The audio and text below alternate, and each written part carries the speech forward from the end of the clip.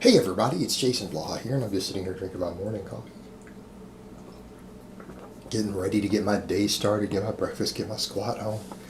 Uh, Something that I always find interesting, and people use it sometimes as a positive and a negative thing, and it's really one of the most ludicrous ideas when you really look at it, and that's this whole idea that if you train like someone else, that you are going to look like someone else.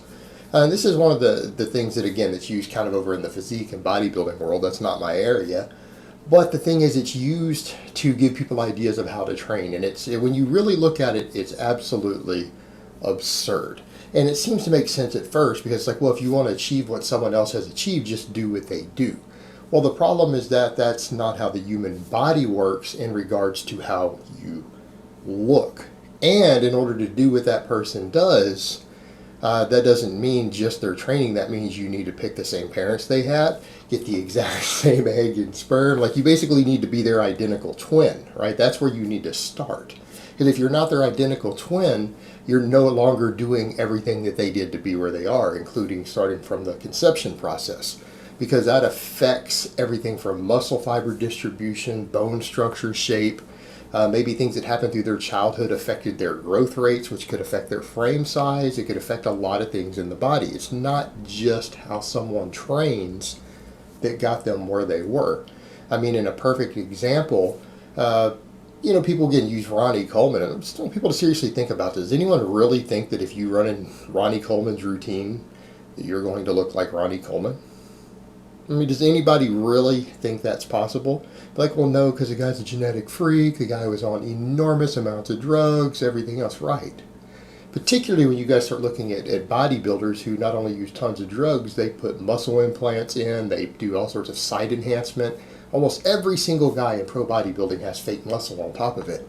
They didn't get that muscle from drugs or training. They got that muscle from injecting stuff into their bodies or putting implants in. I mean, Rich Piana was one of the most extreme examples who ever got famous. He had inches and inches of fake muscle on his arms and delts. So, I mean, does anyone think that following his arm routine would give you his arms without all the synthol and collagen injections and all the side enhancement? Of course not. Absolutely not. Even his drug stack wouldn't have gotten you there. So there's a lot of other factors involved. Another perfect one, people will use me as the example. They're like, train like Jason Blaha if you want to look like Jason Blaha. What the hell does that even mean? I've run at least 6 or 7 totally different routines since I've been on YouTube, if not more. Right? I mean, isn't that understood? Plus, even what I use these days and have used at certain points is basically a modified Bulgarian method. Do I look like all the other guys who do Bulgarian? I mean, look, if you take Greg Knuckles and Damian Puzzetti, look at those two powerlifters. Do they look even remotely similar in any way? Do either one of them look like me? People are like, well, no, Damien is shredded. The guy's like 8% body fat and just ripped, running the similar style training to what I do, similar style training to what Greg Knuckles does, and Greg is easily a much, much fatter than the two of us. He's way higher body fat than even I am, right? So, do we all look the same doing the same training style? Of course not. Of course not. Absolutely ludicrous. So then people will say, well, run a Jason Blaha's routines if you want to look like him. Well, David Lade did. Does David Lade look like me? David Lade built his base off of my free program, my novice program, years ago. That was what he ran it for like a year and built his base. And for those who care about the physique thing, he looked phenomenal at the end. Does he look like me? Here's the other thing. Does anyone think I ever ran that program? No, I wrote that program for other people. I didn't use it. And people say, well, how do you know it works? Because I know basic exercise science, guys. I know basic exercise science. That's how I know it works. I don't have to run a program myself to write a program for someone else. Again, comes back to the point of anecdote. If people really think that your personal experience with what you do with a specific program is going to be indicative of what the rest of the world gets from it, you probably aren't qualified to be giving training advice if you really think that's the case. That's the sort of nonsense people with no experience come up with. Well, if this worked for me this way, it must produce the exact same result in other people, right? No, not necessarily. You need to understand the different variables involved. And here's the thing. When it comes to training, Your training, as far as what you're lifting in the gym, the only thing it's going to affect on your look is how much muscle you gain. That's it. Right? Lifting weights does nothing but build muscle as far as your appearance is concerned. Now, people could argue it can help with body composition and fat loss. To some extent, yeah. I mean, certain programs will burn more calories than others. But truthfully, at the end of the day, most people are not going to see a sizable difference in their body fat over the course of a year from the style of lifting or the number of reps they do or which specific routine they run, unless they're very extremely different. I mean, you literally need a training program that causes you to burn a couple thousand calories more or less per week for it to meaningfully affect your body fat, as far as any of that goes, and that would be offset by diet. In other words, if you took two identical twins and had them run the same program and eat a different number of calories, they would have a different body composition after a year on the same program. Let that sink in. They wouldn't look the same. In fact, we could take two different twins and run them on slightly different programs. You could put one of them on strong lifts and one of them on starting strength, and if you put them on the same diet, since these are somewhat similar programs in regards to the amount of muscle they'll put on someone, I would say they would be within 10% of each other in terms of gains. And they followed the exact same meal plans and diet every day as identical twins starting at the same point. They would probably look much, much closer. They would be almost indistinguishable in appearance at the end of that year in terms of their physiques. There might be minor differences, but they wouldn't be noticeable immediately. But if you put both of them on the exact same routine and one of them ate 500 more calories than the other every single day, they would look very different at the end of the year, would they not? Of course they would. It would absolutely affect muscle growth, body fat gain, recomposition, all those things. The caloric intake alone would. That actually makes a bigger difference in what they chose to do, because both of these are very similarly structured programs. There's some big differences, but there's some general principles in common, and they both produce probably similar levels of muscle growth, plus or minus 10% in various muscles in the body.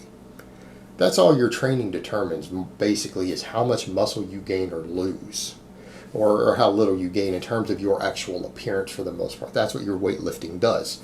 You stimulate muscles and they either adapt a certain amount or they don't, right? You're training to stimulate muscle growth, and the only way you're going to look different on two different programs is if one of them causes a noticeable amount of muscle gain more than another, particularly in certain areas of the body. But even then, you need to understand, if they're both good programs that produce respectable muscle growth in every muscle in the body, there's not going to be massive differences after 1 year of running two different programs, right? Just because one of those programs has lat pull downs and curls in it and the other has weighted chin-ups in it, and that's one of the biggest differences between two programs. Do you think at the end of a year one of them is all of a sudden going to have 5 extra pounds of bicep and lat muscle than the other? No. One of them might gain more muscle than the other depending upon the workload and structure of it. But it's not going to be it's not like one of them is going to gain twice as much bicep as the other, or one of them is going to gain twice as much lat as the other based upon that. Just because the exercise selection is different, they might have a slightly different rep range if both of them use progressive overload and enough volume to stimulate growth, right? You're not going to see a big difference there. Maybe a small difference. It won't be an enormous difference. So people get these ideas that it's going to make this big difference. The only time it matters as far as how you look, as to how you train, as far as your weightlifting goes, is if a program is really imbalanced compared to another, or if one of them just simply doesn't produce enough workload in certain parts of the body to stimulate adaptation. In other words, if you already have some leg development and you don't do any squats, leg presses, nothing like that, you only deadlift, your quads will probably not grow and they might actually shrink. Now, if you're a ranked novice starting out, your quads will grow, but they won't grow as fast as if you had done some actual movements that put your hips into a lower position so that you actually are forced to squat down to some extent. But, the hamstrings will be just as big, right? And that's the difference, and that's what people need to understand. That's the only difference that affects that. And what matters far more to how people look is going to be genetics, all right? Genetics, as far as your bone structures go, the size of your muscle bellies, their insertion points, your body fat percentage. Those are going to be the biggest factors. Those are going to be the biggest factors. And the only time you ever see a bodybuilder make big changes year to year, it's almost never their training. All the time you see these guys, well, I ran a totally different training style under this other coach, and they look the same as they did the year before. No real noticeable difference in their muscle mass anywhere, right? There usually isn't, even under a different training style. The only time you see a bodybuilder make a big difference is when they change their drug stack dramatically, or they use a bunch of site enhancement in one spot. So again, this whole idea that people are going to train like someone else and that you are going to look like them because you did their routine is not only ludicrous, it doesn't even make sense when you really think about it and look at the way the body adapts. And number two, it's just a selling point. It's a con to get people to buy programs or to follow a certain person's program. When in reality is it matters, but it doesn't matter in that way, as in if you train like another person, you're just magically going to look like them. And again, that's a perfect example right there. I mean, compare me and David Lade. Because people say that silly stuff that if you follow a program Jason wrote, you'll look like him. Well, David Lade doesn't look like me. See the difference? Different body fat, different genetics. Kind of matters, doesn't it? All right, guys, but that's really all I have to say on that today. I hope it's been informative, and I will talk to you guys next time.